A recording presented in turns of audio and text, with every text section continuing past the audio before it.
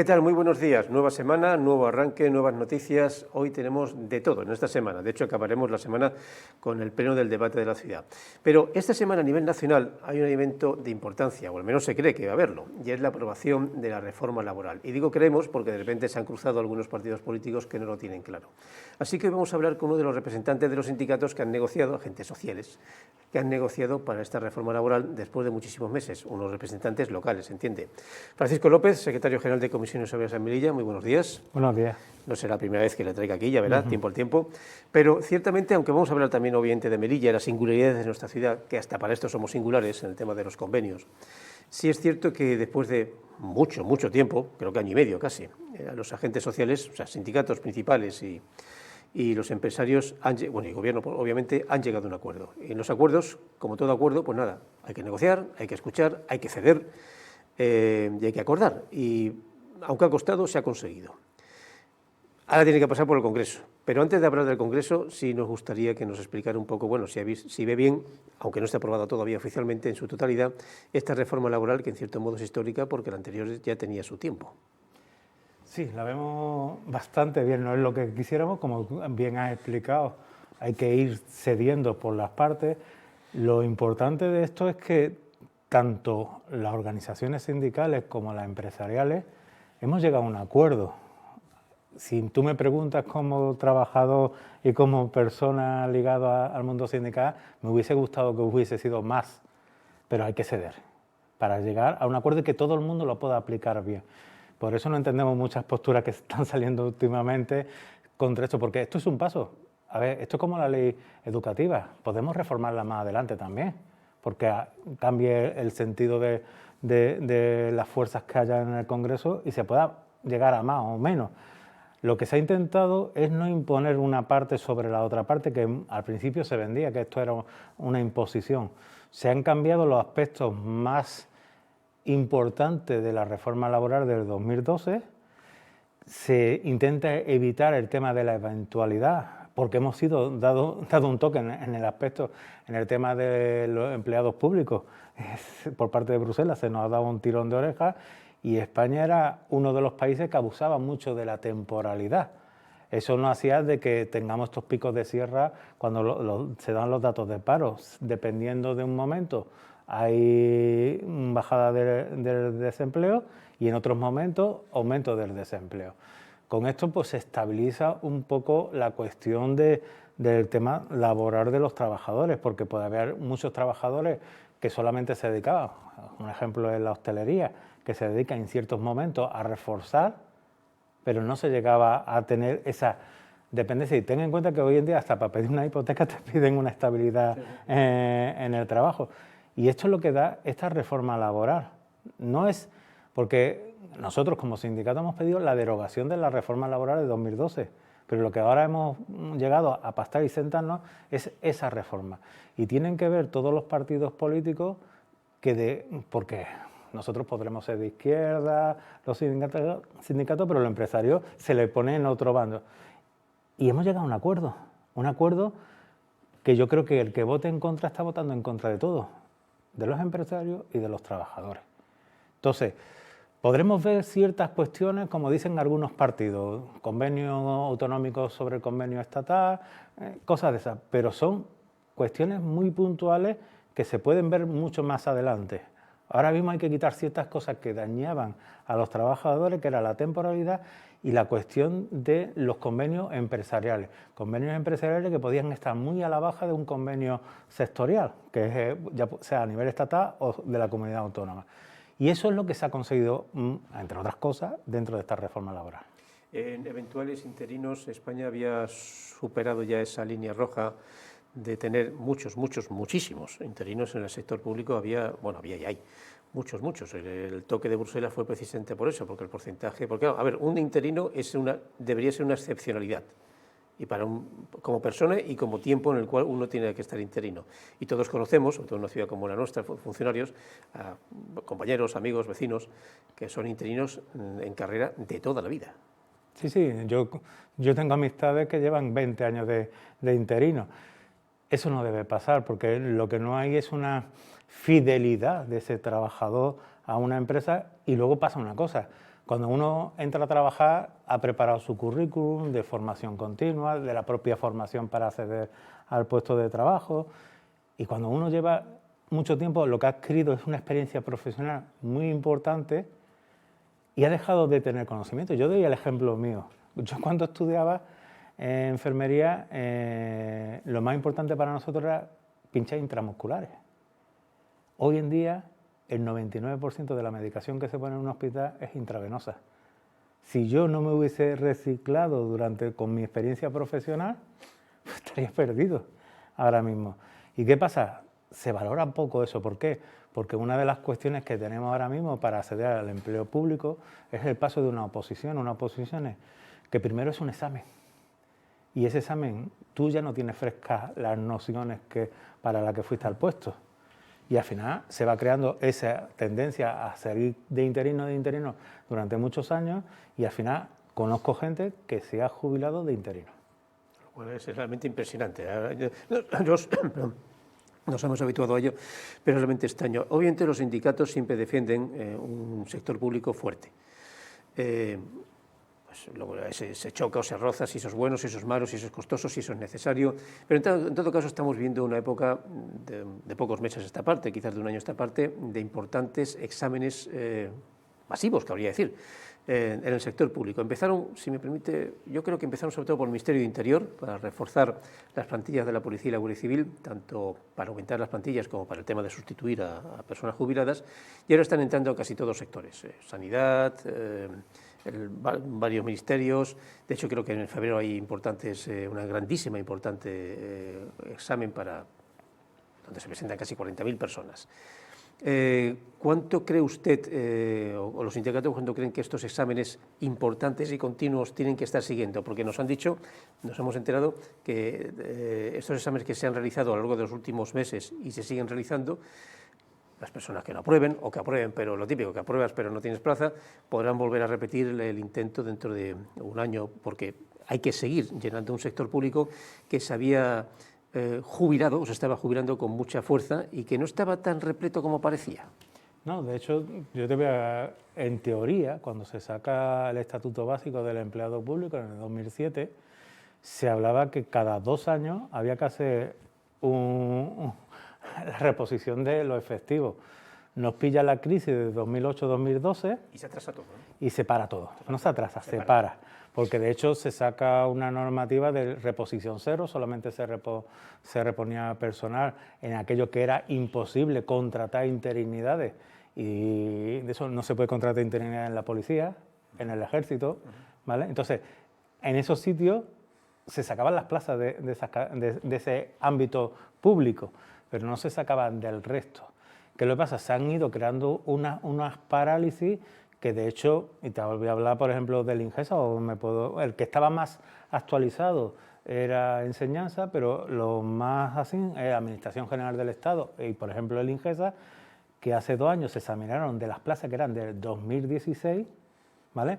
Ahora están en un proceso que es 2017, 2018 y 2019, es decir, estamos en 2023. A finales de este año prevén que haya terminado esta oferta y salga la del 2020-2021, ¿vale? Es decir, que vamos con un atraso ahora mismo de casi 3 años a 4 años de atraso de la oferta de empleo que se tenía que tener. Eso hace que la reposición de efectivos sea mucho más larga, que dure mucho más las interinidades y que dure. Por eso se ha sacado, hubo un acuerdo de administración-sindicato, que luego eso se ha llevado a ley, que se ha aprobado, se aprobó en enero, finales de enero de este año, sobre el 20 y tanto, ¿vale? Que era sobre el tema de sacar una estabilización de ese empleo que estaba ahí parado, porque el acuerdo que existe con la administración, con los sindicatos, es de llegar a una reposición del 8%, que solamente hubiera una tasa de temporalidad del 8%. Nosotros hemos llegado a tener en el INGESA el 56%, para darte un ejemplo. Entonces, eso se tarda. Encima nos pilla esta pandemia que para convocar los exámenes y las cosas no la hemos visto y no la hemos deseado. Vamos a centrarnos un poco en Melilla, porque Melilla es particular en todo, hasta con esto. Y con esto me refiero al tema laboral, el tema de convenios.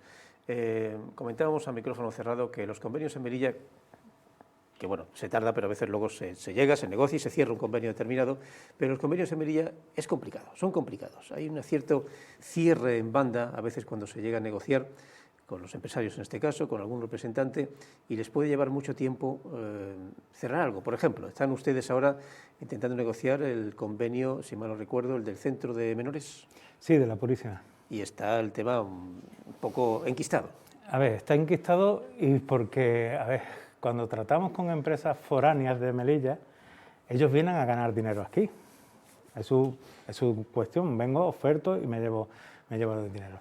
Y ahora mismo está enquistado en dos temas. Uno es el tiempo de comienzo de ese convenio. Nosotros entendemos que habría que aplicarlo ya porque tenemos un convenio sectorial a nivel estatal con unas cláusulas, con unas cuestiones que habría que incorporar el 1 de enero de este año. Y la propuesta de la empresa es aplazarlo hasta que salga el pliego. Nosotros ponemos nuestros peros. ¿Por qué? Porque yo ya tengo eso. Ya tengo esas cuestiones. El aplazarlo, ¿cuál fue la propuesta nuestra? De que introdujera un plus que es también de Melilla, que lo están cobrando ya la empresa, porque lo está cobrando por las cuestiones fiscales que tiene por estar en Melilla, que ya se negoció en el 2006, que es el tema del plus de bonificación, y dijimos, bueno, acordemos poner todo al día y vamos a dar una fecha aproximada de esa salida de pliego, que podía ser 2023, y damos ese margen hasta que salga el pliego. ¿Qué es lo que pasa? No, ellos se cierran en banda en que no, en que quieren el convenio estatal, pero cuando salga el pliego. Y nosotros damos el ejemplo, y ahí tenemos el ejemplo de muchas empresas que dependen de la ciudad autónoma, que han tenido o tienen un tema de pliego y que han tardado 3 años en salir los pliegos. Un ejemplo es la empresa de seguridad. Sale, los denuncian, sale. ¿Y qué pasa? No hay adjudicación. Si no hubiera adjudicación, no se le paga a los trabajadores. ¿Qué es lo que pasa? Pueden tardar 2, 3, 4 años en que se haga efectivo ese pliego. Yo no puedo depender de esas cuestiones unos trabajadores que son miluristas, que no estamos hablando de unos sueldos exagerados. Entonces, ahora mismo de hecho hemos hecho una encuesta con los trabajadores de la Purísima y el 99,2% ha apoyado nuestra postura y nosotros no pedimos otra cosa que es o el convenio estatal ya, que para eso está publicado y negociado en Madrid, que es lo que quiere la empresa, que es lo que quería. Nosotros queríamos un convenio de Melilla, ¿vale? Pero ellos fueron los que dijeron, no, el convenio estatal, ¿vale? Por convenio estatal. ¿Cuándo termina el convenio nuestro? ¿El 1 de enero de 2022? Pues el 1 de enero de 2022, aplícalo ya. Que ahí viene recogido el plus de residencia, ¿vale? En el convenio estatal. Ellos te dicen que sí, que eso, pero cuando adjudiquen el pliego. Perdona, es que podemos decir... Y me voy a la hemeroteca. Este mismo centro, cuando le fueron a dar la prórroga, los 2 años de prórroga, decían que no había prórroga, que lo iban a sacar ya hace 2 años y todavía no lo han sacado. Es decir, yo puedo firmarlo y ahora cuando los trabajadores van a ser efectivos, no dependen de ellos. Va a depender de una consejería de que se presenten empresas para la adjudicación y que acepten las empresas para adjudicación y que no haya recursos sobre la adjudicación de las empresas. Por lo tanto, no puede existir. Una de las cosas buenas que tiene la reforma laboral es que nos quitó una herramienta que era el arbitraje, que cuando había un problema de esto pedías un arbitraje y todos nos sometíamos al arbitraje. Y esa persona actuaba como un juez diciendo tú tienes razón en esto, tú tienes razón en esto y emitía. Ahora mismo ya con la reforma que hubo de 2012 no teníamos esa obligación, con la que viene ahora sí. Entonces, tú presentas tus cosas justas y tiene esas cuestiones. Entonces, estamos pues, en una situación ahora mismo en la Purísima de que nosotros estamos por la labor de llegar a un acuerdo y ellos por un tema de un plus que ellos sí se están beneficiando y que se llevan el dinero fuera de Melilla, porque cuando ese plus se negoció aquí con los empresarios, con la representación empresarial, la SEME, se firmó para que era dinero que el gobierno le daba de beneficio a las empresas para pagar menos seguridad social, lo que se denomina cuotas patronales, y parte de ese dinero se le daba al trabajador para que económicamente lo reinvirtiera en la ciudad. De hecho, primero se empezó con un sector y luego ya se amplió a todos los sectores de Melilla. ¿Y qué nos estamos dando cuenta? Que empresas que no son de aquí se van a llevar ese beneficio a su matriz. Y ¿Y dónde está su matriz? En Madrid, en Barcelona, en Sevilla, en Málaga, pero no está aquí. Hablando de empresas que vienen de fuera, hará más de 20 años, los más jóvenes no lo recuerdan, hubo una polémica muy fuerte, de hecho incluso violenta, por el hecho de crear una especie de centro comercial que no se creó en aquel momento. Claro, los comerciantes decían, puede ser una amenaza para nosotros, pero fueron cambiando los tiempos más que las clases políticas y se empezó a hacer una idea, no solamente a nivel Melilla, sino incluso a nivel nacional, de que la franquicia era una opción comercial. Para bien o para mal, ¿eh? El consumidor lo pedía, en cierto modo, y si el consumidor lo pide son mayoría y eso hay que aceptarlo. Bueno, en Melilla se llenó de franquicias, poco a poco, empezaron a haber algunas en el centro y la verdad es que era impresionante, no solamente el centro comercial, sino el centro puramente de la ciudad. ¿Cómo ha cambiado el tema del comercio, de los convenios colectivos? Para el comprador entiendo que es bueno la franquicia, pero también ha aumentado la calidad laboral para el propio trabajador. No, claramente no. ¿Por qué? Porque normalmente estas empresas llevan el convenio de empresas, un convenio que es muy inferior al que teníamos, que te estoy hablando del año 86, que no te estoy diciendo que era nuevo, que era mucho inferior. De hecho, no pagan el plus de residencia, no pagan el plus de bonificación. O sea, que un trabajador de una franquicia no se paga eso. No cobra lo que es el salario mínimo interprofesional. De hecho, tenemos una cuestión aquí en Melilla, cuando se sube el salario mínimo interprofesional, que nosotros lo hemos reivindicado y lo estamos reivindicando, hemos tenido reuniones a nivel estatal con nuestros representantes. El salario mínimo interprofesional a los melillenses que trabajan en empresas melillenses no le afecta porque está por encima. Porque ¿qué es el salario mínimo interprofesional? Es lo que tú debes cobrar bruto al mes. ¿Qué es lo que pasa? Nosotros con el plus de residencia y plus de bonificación estamos muy por encima de esas cantidades. ¿A quién les beneficia? Solo y exclusivamente a la gente que trabaja en franquicia, porque cobra lo mínimo que se le puede pagar a estos trabajadores. ¿Qué es lo que pasa? No tienen las mismas cuestiones, aunque se benefician de todas las cuestiones fiscales de Melilla, no tienen la obligatoriedad de hacer lo que hay en Melilla.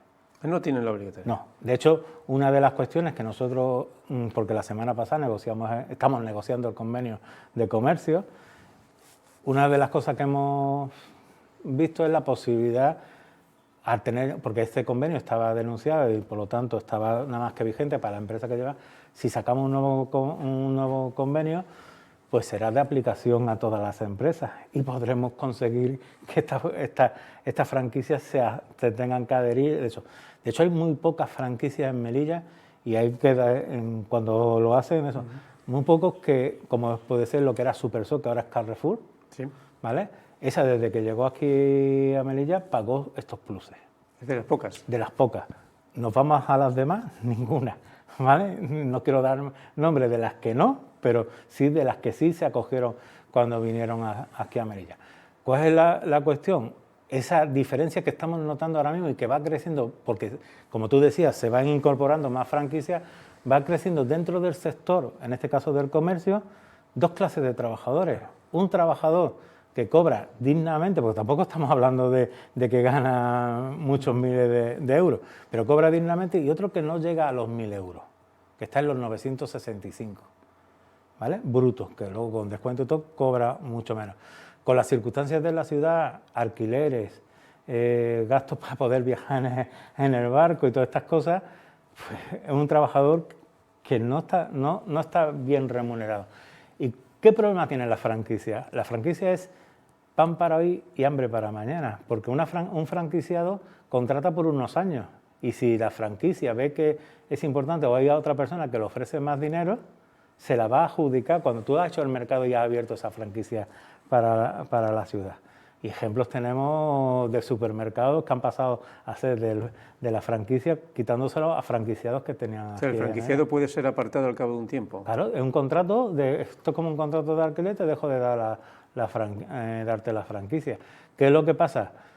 Nos podemos encontrar con empresarios que vean como opción irse a la franquicia para solucionar a lo mejor su problema económico y ser rentable, porque te vuelvo a decir, no solamente el trabajador está perjudicado con la franquicia, las propias empresas, pero no porque traigan productos más baratos, sino porque la competitividad que existe entre ellas, no hablo del producto, yo el producto lo voy a dejar apartado, pero el coste de los trabajadores. Si un empresario de Melilla paga el 33%, es decir, 25% de plus de residencia y el 8% del plus de bonificación, los otros no lo pagan. Es decir, que el coste del trabajador es un 33% más barato en una franquicia que en un comercio melillense. Aparte, ya te digo, los productos que yo pueda traer, la facilidad de traer ciertos productos de un franquiciado que no de un no franquiciado. Y eso se nota. Y al final podemos llegar a empobrecer nuestra ciudad, porque sí, podemos tener muchas cuestiones, pero el dinero que manejan los trabajadores, que pueden ser para comprar, pues no lo tenemos. Y hay que tener también una cosa en cuenta, y ahí están los estudios de estadística. Antes nosotros, nuestra ciudad era empleo público. Ya no somos el número uno los empleados públicos en la ciudad como trabajadores. Empieza a estar la privada, más que empleado público. Y eso puede hacer que esta ciudad, si no cambia y no se buscan soluciones a esta ciudad, que encima el PIB de la ciudad sea muy bajo por los dineros que cobran los trabajadores. En eso iba a comentarle yo, que Melilla siempre fue una ciudad del Estado. Sí. En cierto modo lo sigue siendo. Es más, se acaba de presentar el plan estratégico, en este caso, de este Gobierno, donde lo que busca es precisamente ampliar mucho el gasto público, ampliar y reforzar el sector público, a nivel laboral, a nivel de trabajadores y a nivel también de infraestructuras, lo cual está bien. Y eso implica todo, defensa, sanidad, profesorado, etcétera. Es como un espaldarazo de bandera para nosotros, lo cual nos va a venir bien. Pero, aun con todo, el sector público, y sigue siendo muy importante, tema de sueldos, como si fuera dos Melillas, nos comenta usted que el sector menos remunerado está ganando también cuantitativamente el poder, lo cual viene bien, que la empresa privada se asiente aquí. El problema es que los sueldos son mucho menores. Siempre ha habido una diferencia entre empleados públicos y empleados privados, pero ahora mismo tenemos tres clases. Tenemos el empleado público, el empleado privado que tenía sus remuneraciones como se tenían en convenio, eso, y el nuevo empleado privado que cobra muy poco. ¿Qué es lo que pasa? Cada vez se va aumentando en este nivel. Eso hace que el Gobierno quiera establecer, porque hemos pasado la barrera, ya no somos el 50% de los empleados públicos en Melilla, ya estamos, me parece que son en el 41%, es decir, que hay un 59% de empleados de privada. Eso te hace, porque a ver, todos conocemos, se han cerrado establecimientos militares, se han disminuido los profesionales militares, se han disminuido cualquier otro sitio. El único que crece hoy por hoy, y yo pertenezco a él, que es el Ingesa, que es el que está creciendo en volumen de empleados públicos. ¿Pero por qué? Porque estamos dando otra calidad o se intenta dar otra situación con el hospital universitario, que creará más empleo público, pero ahora mismo es la única entidad pública que está creando. El resto es todo privado. Si nosotros al privado, al trabajador, maneja menos dinero va a dedicar a comprar en la ciudad. Porque si yo tengo que hacer mi apartado para pagar mi luz, mi alquiler, el agua, al final lo que me queda es lo que me gasto en invertir. Y si cada vez tengo menos para invertir porque el precio es más elevado, porque con esto del cierre de la frontera los precios en Melilla se han elevado. Al final, ¿qué tenemos? Una pobreza mayor en la ciudad. Entonces, tenemos que buscar soluciones.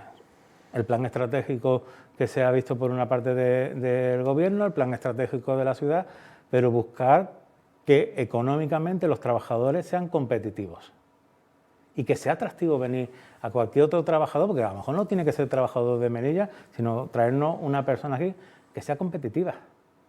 Lo que yo no le puedo ofertar a que venga aquí uno a cobrar 1.000 euros, porque para eso se queda en la península y se busca la vida allí.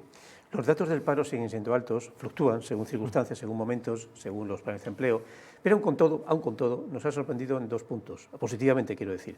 Son más bajos que hace 7 o 8 años, que hubo un momento que superamos los 12.000, ahora estamos por 7.000, 8.000, dependiendo del mes, y ha bajado a pesar de que no estamos pasando un buen momento. Cierre de la frontera, anteriormente incluso al cierre ya se había cerrado la aduana comercial, en fin, el COVID ha sido un frenazo mundial. Y a pesar de todo, el paro ha estado bajando, descendiéndose, o al menos no ha estado aumentando de forma espectacular. ¿A qué se cree que se debe esos, poco comillas, buenos datos? A ver, nos estamos reconvirtiendo en nuestra ciudad. dependíamos mucho antes de una mano de obra de Marruecos. Que ya no está. Que ya no está. Eso hace que haya más campos de trabajo para muchos melillenses aquí. Nos ha costado y nos está costando, sobre todo en temas de formación, sí, porque en muchos sitios pedía una calidad de formación. Es verdad, y yo siempre hemos discutido eso, que mucha de la formación exigida para muchos de los trabajos era virtual para decir que no había desempleado aquí con esa especialidad. Y te voy a decir, en la primera ola, cuando estábamos en la delegación de gobierno, hablando si sabría o no sabría, un pasillo para los trabajadores legales, porque tenga en cuenta que nosotros legales rondamos los 6.000 transfronterizos que venían a Melilla, pero el índice que se daba por parte de la delegación de gobierno de traspaso de gente la frontera todos los días sumaba hasta 25.000. Sí, sí. Es decir, que había muchos ilegales que venían a trabajar a la ciudad. Eso ha hecho...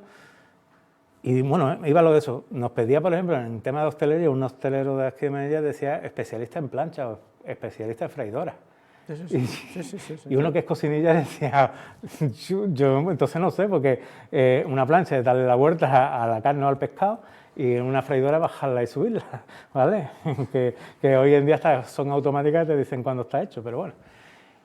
Pero nos buscábamos mucho empleo porque era mucho más barato y podíamos hacerle muchas más horas de trabajo a un coste igual. Eso hace que ese empleo que se ha quedado en construcción, en hostelería, tenga que ser ocupado por gente de Melilla y que se ha ido derivando a esas cuestiones de Melilla.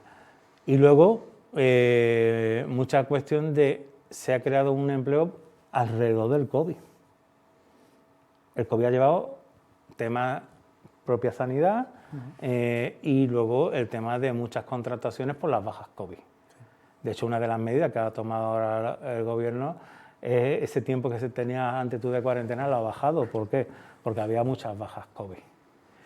Eso nos hace que nos hayamos reconstruido dentro de la ciudad, que nos estemos formando, que salen trabajadores donde antes no había trabajadores melillenses, y sobre todo en la construcción. Hemos perdido los transfronterizos, lo digo porque quizás alguna vez, en algún momento se abra la frontera, que está por ver. Y cuando se abra, está por ver cómo se abrirá, porque ya le están exigiendo y presionando mucho, obviamente, a la dirección de gobierno, de que no puede haber una frontera de 20.000 personas que entren y 20.000 que salgan, sino más bien de 2.000, 3.000, 4.000 y que demuestren legal y físicamente y visualmente que sean, por ejemplo, vacunados con el COVID.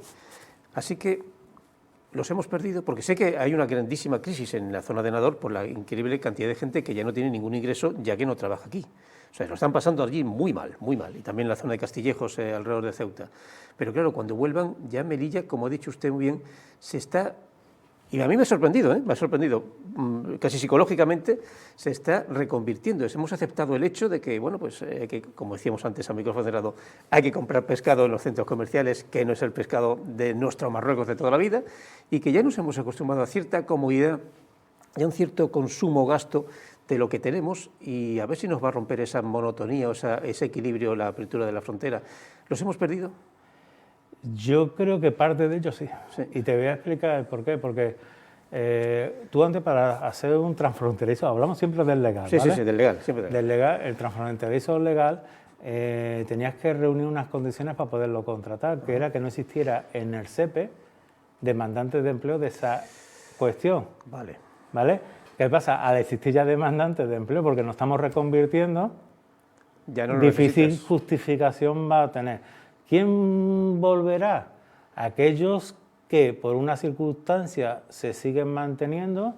Yo, por ejemplo, la muchacha, la empleada de hogar, yo le sigo pagando la seguridad social y le sigo pagando su sueldo, aunque no venga a mi casa. Pues bueno, ella tendrá una posibilidad de venir a Melilla porque tiene un arraigo y una justificación. Pero conseguir nueva gente, difícil lo veo.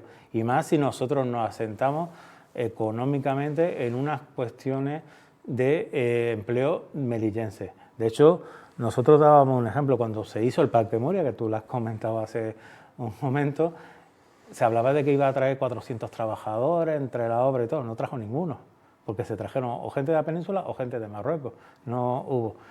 Ahora nos estamos dando cuenta, porque con esto de los estados de alarma, el problema que hizo es que no podían venir gente de la península para acá. que o tenían la gente de aquí Claro. o no podía. Entonces, ¿qué pasa? De hecho, ahí tiene el ejemplo. Se ha montado una escuela de construcción, Sí. ¿vale? Y los empresarios van a traer montar aquí la escuela que tienen ellos de construcción a nivel como empresario, representación empresarial de la SEME, ¿vale? Y las quieren traer. ¿Por qué? Porque han visto campos de preparar a la gente de Melilla para optar para esos puestos de trabajo.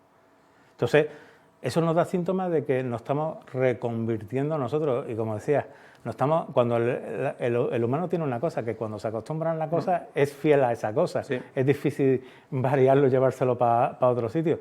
Y estos 2 años de pandemia, yo creo que si hemos estado 6 meses, 1 año, bueno, joder, eso, pero nos está reconvirtiendo a las necesidades y cubriéndonos nuestras necesidades. Yo soy partidario de una buena vecindad con Marruecos, ¿vale? Que no es que es eso, pero nos está haciendo que ya ciertos empresarios que no pudieron abrir después de la primera ola porque no tenían sus trabajadores, porque los tenían en ERTE. De hecho, se tuvo que buscar una fórmula para que esos trabajadores transfronterizos que estaban en ERTE, poderlos dar de baja para poder contratar, porque tú no podías contratar a nadie si tenías en ERTE. Nos hemos reconvertido y al final estamos teniendo trabajadores de la propia ciudad que ya te acostumbras a ellos. ¿Quedan muchos ERTEs en Melilla? Poco, muy poquito, ¿no? muy poquito. Ya poco, ya poco. Trabajadores en ERTE quedarían más, pero muchos de ellos transfronterizos. Transfronterizos. Pues Francisco López, secretario general de comisiones, me ha gustado mucho esta entrevista, muy interesante no solamente por el tema de la defensa de la reforma laboral, a ver si se aprueba o no. Esto ya ha entrado en un ámbito político en el cual incluso sé que empresarios y sindicatos han dicho que no cambien una coma, con lo que les ha costado año y medio para algún capricho político. Vamos a ver, porque esa reforma laboral es la base de todo, entiendo yo, de toda estructura o convenio colectivo que pueda venir a partir de su aprobación. Muy interesante el análisis de esta Melilla que está resurgiendo, sí o sí, porque no nos queda otra, y a ver qué ocurre según la posible apertura. Dejamos para otra entrevista, porque como usted trabaja en el sector de sanidad, pues le quería preguntar también sobre, bueno, cómo ve laboralmente la apertura del nuevo hospital. Pero como está tardando todavía en abrirse, cuando se esté acercando, le llamo y hablamos de eso. Sin problema, puedes contar conmigo. Pues aquí despedimos esta semana, que insisto, la presencia de Francisco López ha sido importante porque la nación en sí, para bien o para mal, guste o no guste, hay una reforma laboral a la vuelta de la esquina, y digo la vuelta de la esquina, todavía está en el aire que se apruebe o no, vamos a ver lo que pasa, pero evidentemente las reformas de este calibre influyen en todos nosotros, tanto las que se aprueban como las que no se aprueban también. Nosotros le dejamos, como siempre, la frase de siempre, unos minutillos de descanso, el magazine en apenas un ratito, y nosotros mañana más. Hasta mañana.